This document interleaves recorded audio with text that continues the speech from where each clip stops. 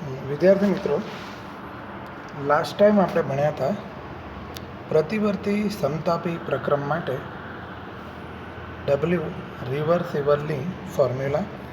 હવે જોઈએ છે અપ્રતિવર્તી સમતાપી પ્રક્રમ માટે પ્રણાલીનું વિસ્તરણ અથવા તો પ્રસરણ. તો બે રીતે શક્ય છે, મુક્ત વિસ્તરણ થઈ શકે અથવા તો મધ્યસ્થ વિસ્તરણ થઈ શકે.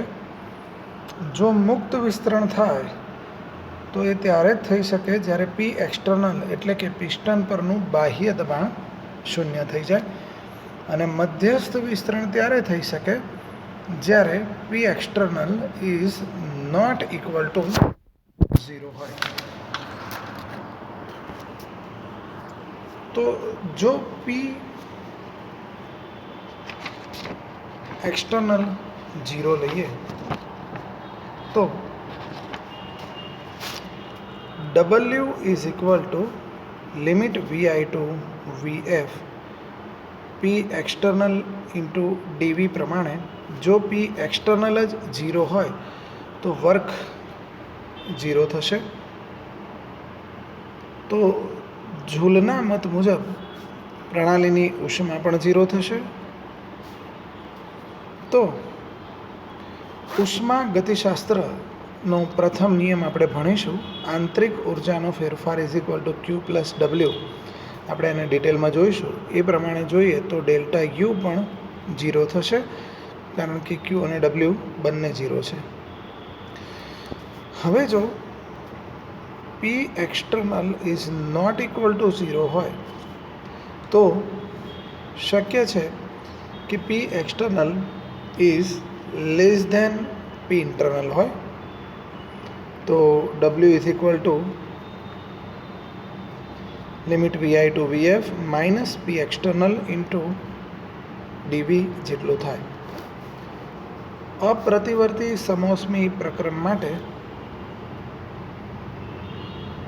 કાર્ય is equal to W adiabatic એટલે કે W સમોષ્મી ઇઝ ઇક્વલ ટુ Q સમોષ્મી. સમોષ્મી પ્રક્રમમાં જે કાર્ય થાય એ ફેરફાર જેટલું હોય, તો delta U is equal to W સમોષ્મી. એક નવો કોન્સેપ્ટ છે એન્થાલ્પી. અચળ કદે પ્રણાલીમાં ઉમેરાયેલી કે દૂર થયેલી ઉષ્મા એ આંતરિક ઉર્જાના ફેરફાર જેટલી હોય.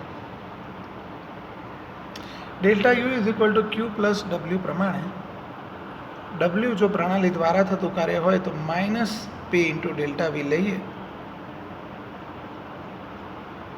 પણ પાછું જો અચળ કદ હોય તો ડેલ્ટા વી 0 થાય તો પછી delta U is equal to Q at constant V થશે.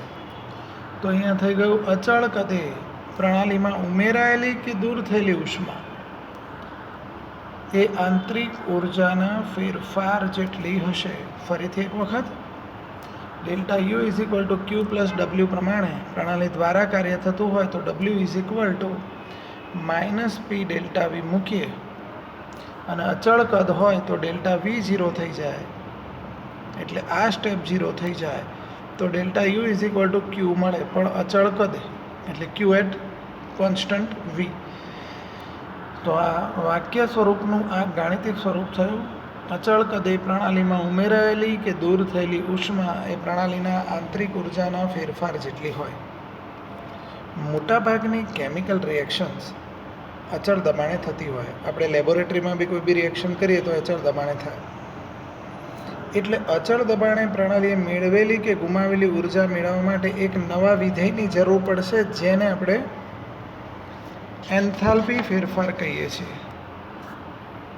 એટલે કે અચળ દબાણે કોઈ પણ રાસાયણિક પ્રક્રિયા દરમિયાન થતો ઉષ્માનો ફેરફાર એટલે એન્થાલ્પી ફેરફાર. સપોઝ આપણે લઈએ delta U is equal to Q plus W, પ્રણાલી દ્વારા કાર્ય થતું હોય તો W is equal to minus P delta V. અને જો અચળ દબાણે ઉર્જા આપણે લઈએ તો ક્યુ એટ કોન્સ્ટન્ટ પી, તો delta U is equal to Q at constant P minus P into delta V થશે. ધારી લઈએ કે ફેરફાર થયા પહેલાંની ઇન્ટરનલ એનર્જી U1 છે, એ પહેલાંનું કદ V1 છે, ફેરફાર પછીની ઇન્ટરનલ એનર્જી U2 અને ફેરફાર પછીનું કદ V2 લઈએ. તો અહીંયા ડેલ્ટા યુની જગ્યાએ આપણે લખીશું અંતિમ ફેરફાર ઓછા પ્રારંભિક ફેરફાર. અહીંયા પણ ડેલ્ટા વીની જગ્યાએ આપણે લખીશું અંતિમ ફેરફાર ઓછા પ્રારંભિક ફેરફાર. તો આ ફોર્મ્યુલા આવશે, એનો સાદરૂપ આપીએ એટલે આ ફોર્મ્યુલા થશે. ક્યુ એટ કોન્સ્ટન્ટ પીને સબ્જેક્ટિંગ ફોર્મમાં લાવીએ, સાદરૂપ આ સ્વરૂપમાં લખી શકાશે. હવે U2 પ્લસ PV2 એટલે એન્થાલ્પી નંબર 2 અને U1 પ્લસ PV1 એટલે એન્થાલ્પી નંબર 1 થશે. એન્થાલ્પીની ફોર્મ્યુલા વિદ્યાર્થી મિત્રો U પ્લસ PV હવેથી ધ્યાન રાખીશું. તો H2 માઇનસ H1 એટલે delta H is equal to Q at constant P થશે. તો હવે આનું અર્થઘટન અચળ દબાણે પ્રણાલીમાં ઉમેરાયેલી કે ગુમાયેલી ઉષ્મા એ પ્રણાલીના એન્થાલ્પી ફેરફાર જેટલી હોય છે. હમણાં આપણે એક ફોર્મ્યુલા જોઈ લીધી, delta U is equal to Q at constant V. હવે જોઈએ delta H is equal to Q at constant P. ફરીથી એકવાર બંને જોઈએ. અચળ કદે પ્રણાલીમાં ઉમેરાયેલી કે દૂર થયેલી ઉષ્મા એ પ્રણાલીની આંતરિક ઉર્જાના ફેરફાર જેટલી હોય, અને અચળ કદે પ્રણાલીમાં ઉમેરાયેલી કે દૂર થયેલી ઉષ્મા એ પ્રણાલીના એન્થાલ્પી ફેરફાર જેટલી હોય છે. ઉર્જા એ અવસ્થા પ્રાપ્ત કરવાના માર્ગ એટલે કે પથ એટલે કે પદ્ધતિ ઉપર આધાર રાખે છે. એટલે ઉર્જા એ અવસ્થા વિધેય નથી, પરંતુ એન્થાલ્પી એ અવસ્થા વિધેય છે. કારણ કે enthalpy is equal to you plus PV મુજબ એચનો આધાર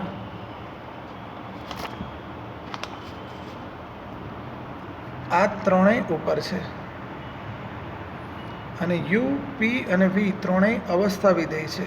આંતરિક ઉર્જા, દબાણ અને કદ એ અવસ્થા વિધેય છે, એટલે એન્થાલ્પી પણ અવસ્થા વિધેય છે. Delta H is equal to Q at constant P હમણાં આપણે પ્રૂવ કર્યું. એ અચળ દબાણે ઉષ્મા પણ અવસ્થા વિધેય થશે એમ દર્શાવે છે. કારણ કે જો ડેલ્ટા એચ અવસ્થા વિધેય હોય તો ક્યુ એટ કોન્સ્ટન્ટ પી પણ અવસ્થા વિધેય થાય.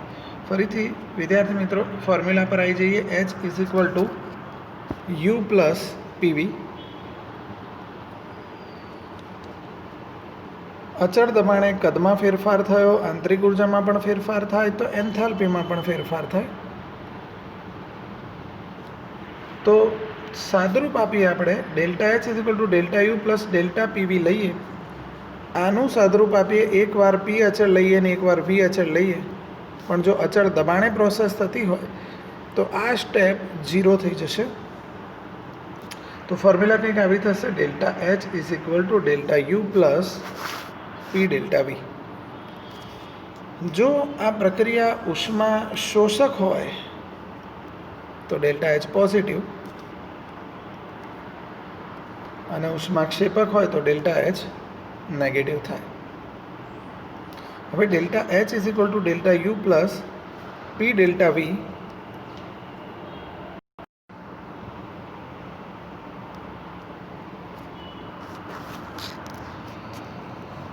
જો ઉષ્માક્ષેપક પ્રક્રિયા હોય તો delta H is equal to negative. ઉષ્મા શોષક હોય તો delta H is equal to positive, અને ઉષ્માક્ષેપક હોય તો delta H is equal to negative થશે. હવે delta H is equal to delta U plus P delta V પ્રક્રિયામાં જો અચળ કદ લઈએ તો પી ડેલ્ટા વી સ્ટેપ 0 થઈ જાય, એટલે delta H is equal to delta you થશે. પણ delta U is equal two તો ક્યુ એટ કોન્સ્ટન્ટ પી છે, સોરી વી છે, તો પછી delta H equal to delta U equal to Q at constant V થશે. ઘન અને પ્રવાહી પ્રણાલી માટે ડેલ્ટા એચ અને ડેલ્ટા યુના મૂલ્યોનો તફાવત લગભગ નહીવત હોય, પણ વાયુ પ્રણાલી માટે ડેલ્ટા એચ અને ડેલ્ટા યુનો મૂલ્યોનો તફાવત ખાસો મોટો હોય છે. સપોઝ માની લઈએ કોઈ રિએક્શન છે N1A, it gives NaA it gives NbB. અહીંયા પ્રક્રિયક એના મોલ એટલે કે તત્વ યોગમિતિ ગુણાંક Na છે. તત્વ યોગમિતિ ગુણાંક એટલે એના મોલ કહેવાય, એવું આપણે પહેલા ચેપ્ટરમાં જોયું છે. અને નિપજ બી જે છે એના તત્વ યોગમિતિ ગુણાંક Nb છે. તત્વ એ પણ વાયુરૂપ અવસ્થામાં છે, એનું કદ માની લઈએ કે Va છે, અને આ પણ નિપજ વાયુરૂપ અવસ્થામાં છે, એનું કદ માની લઈએ કે Vb છે. વાયુ એ માટે અચળ તાપમાને અને દબાણે સામાન્ય વાયુ સમીકરણ થશે PVA is equal two NART આ પ્રમાણે, અને બી માટે PVB is equal two NBRT થશે. હવે આ ઇક્વેશનમાંથી આ ઇક્વેશન આપણે બાદ કરવાનું છે, તો થશે PVB minus PVA is equal two NBRT minus NART. અહીંયા દર્શાવ્યા પ્રમાણે તો P કોમન લઈએ તો VB minus VA is equal two RT common લઈએ તો NB માઇનસ NA આ રીતે થશે. તો હવે આને લખીશું P into VB minus VA ને આપણે લખીશું P ઇન્ટુ ડેલ્ટા V, આને લખીશું ડેલ્ટા N ફોર ગેસ, અને RT તો છે જ. તો આપણી પાસે એક ફોર્મ્યુલા આવી P delta V is equal to delta N RT. તો આપણી જે ફોર્મ્યુલા હતી delta H is equal to delta U plus P delta V, એમાં આપણે આ ફોર્મ્યુલા મૂકીએ તો આ ઇક્વેશન મળશે delta H is equal to delta U plus delta N gas RT. Important formula છે, એક્ઝામ્પલ્સમાં કામ લાગશે. નેક્સ્ટ ટોપિક છે માત્રાત્મક ગુણધર્મો અને વિશિષ્ટ ગુણધર્મો કોને કહેવાય.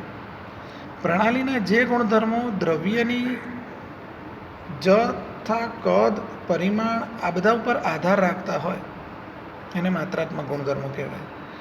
દળ, કદ, એન્ટ્રોપી એટલે હું સમજાવું હમણાં, ઉત્કલન બિંદુનો ફેરફાર, ગલન બિંદુનો ફેરફાર, એન્થાલ્પી, આંતરિક ઉર્જા, બધા માત્રાત્મક ગુણધર્મો છે. જોઈએ એન્ટ્રોપી એટલે એની આછી પાતળી સમજ અત્યારે આપી દઉં, પછી ડિટેલમાં ભણીશું આપણે. કોઈપણ પ્રણાલીની અવ્યવસ્થા એનું માપ.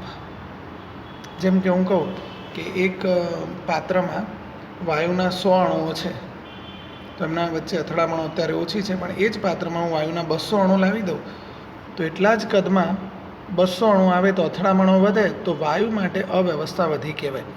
એ અવ્યવસ્થાના માપને જ આપણે એન્ટ્રોપી કહીએ છીએ. અત્યારે એટલું યાદ રાખો. 1 મોલ પદાર્થ ધરાવતી પ્રણાલીનો માત્રાત્મક ગુણધર્મ X,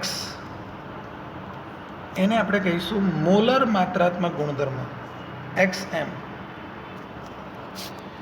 તો ફરીથી એકવાર જોઈએ, 1 મોલ પદાર્થ ધરાવતી પ્રણાલીનો માત્રાત્મક ગુણધર્મ X, એટલે પ્રતિ 1 મોલ માટેના માત્રાત્મક ગુણધર્મ X ને આપણે મોલર એન્ટ્રોપી તરીકે ઓળખીશું. જો અહીંયા 1 મોલની જગ્યાએ n મોલ લેવામાં આવે તો મોલર એન્ટ્રોપી X/n થશે. અહીંયા XM એ n થી સ્વતંત્ર છે. હવે લઈએ વિશિષ્ટ ગુણધર્મ. પ્રણાલીના જે ગુણધર્મો દ્રવ્યના જથ્થા, કદ કે પરિમાણ પર આધાર ના રાખે ને એને આપણે વિશિષ્ટ ગુણધર્મો કહીએ છીએ. દાખલા તરીકે ઘનતા, ગલનબિંદુ, ઉત્કલન બિંદુ, દબાણ, વક્રીભવનાંક, સ્નિગ્ધતા, તાપમાન વગેરે. અહીંયા જોઈએ એક પાત્ર છે જેમાં કદ V છે અને ટેમ્પરેચર T છે. તો એ પાત્રમાં T તાપમાને અને V કદે વાયુ ભરેલો છે. જો એ પાત્રના હવે 2 સરખા ટુકડા કરીએ, 2 સરખા ભાગમાં વહેંચી દઈએ, તો બંને ભાગમાં રહેલા વાયુનું કદ v/2 જેટલું થઈ જશે. એટલે બે ભાગમાં, પહેલા ભાગમાં v1 કદ છે v/2 જેટલું અને બીજા ભાગમાં પણ v2 કદ એ v/2 જેટલું થશે. પણ બંને ભાગનું ટેમ્પરેચર તો એટલું જ રહેશે. એટલે કે કદ એ માત્રાના આધારે બદલાઈ ગયું. અડધો ભાગ કર્યો તો કદ બદલાઈ ગયું, પણ ટેમ્પરેચર તો એનું એ જ રહ્યું. એટલે ટેમ્પરેચરને આપણે વિશિષ્ટ ગુણધર્મ કહીશું, જ્યારે કદને માત્રાત્મક ગુણધર્મ કહીશું. તો ફરીથી એકવાર જોઈ લઈએ. માત્રાત્મક ગુણધર્મો એટલે પ્રણાલીના એવા ગુણધર્મો કે જે દ્રવ્યના જથ્થા, કદ, પરિમાણ વગેરે પર આધાર રાખતા હોય, જેમ કે આ બધા. અને વિશિષ્ટ ગુણધર્મો એટલે જે દ્રવ્યના જથ્થા, કદ, પરિમાણ પર આધાર ના રાખતા હોય. હવે દાખલા તરીકે અહીંયા મેં કીધું ઉત્કલન બિંદુ એ વિશિષ્ટ ગુણધર્મ છે, એટલા માટે કે તમે 1 ml પાણી લો તો એનું ઉત્કલન બિંદુ બી 100 ડિગ્રી સેન્ટીગ્રેડ હોય, અને 100 ml પાણી લો કે 1 લિટર પાણી લો તો પણ એનું ઉત્કલન બિંદુ 100 ડિગ્રી સેન્ટીગ્રેડ જ થાય. એટલે કે ઉત્કલન બિંદુ એ માત્રા પર આધાર નથી રાખતું. પણ અહીંયા જુઓ, ઉત્કલન બિંદુનો ફેરફાર એ માત્રા પર આધાર રાખે છે. દાખલા તરીકે પાણીમાં 5 ગ્રામ ખાંડ નાખું અને ઓગાળી અને પછી એનું ઉત્કલન બિંદુ માપું તો ઓબ્વિયસલી 100 કરતાં વધારે, ધારો કે 110 આવ્યું. તો હવે એ જ પાણીમાં હું 20 ગ્રામ ખાંડ નાખું અને ઉત્કલન બિંદુ માપું તો 140 આવશે. એટલે ઉત્કલન બિંદુનો જે ફેરફાર છે એ માત્રા ઉપર, ખાંડની માત્રા એટલે કે દ્રવ્યની માત્રા પર આધાર રાખે છે, માટે એને માત્રાત્મક ગુણધર્મ કહીએ છીએ. તો હંમેશા વિદ્યાર્થી મિત્રો યાદ રાખીએ કે માત્રાત્મક ગુણધર્મો જે છે એ દ્રવ્યની માત્રા અથવા પરિમાણ કે જથ્થા કે કદ ઉપર આધાર રાખે, અને વિશેષ ગુણધર્મો આ પ્રકારની માત્રા કે જથ્થા કે અન્ય પરિમાણ પર આધાર રાખતા નથી.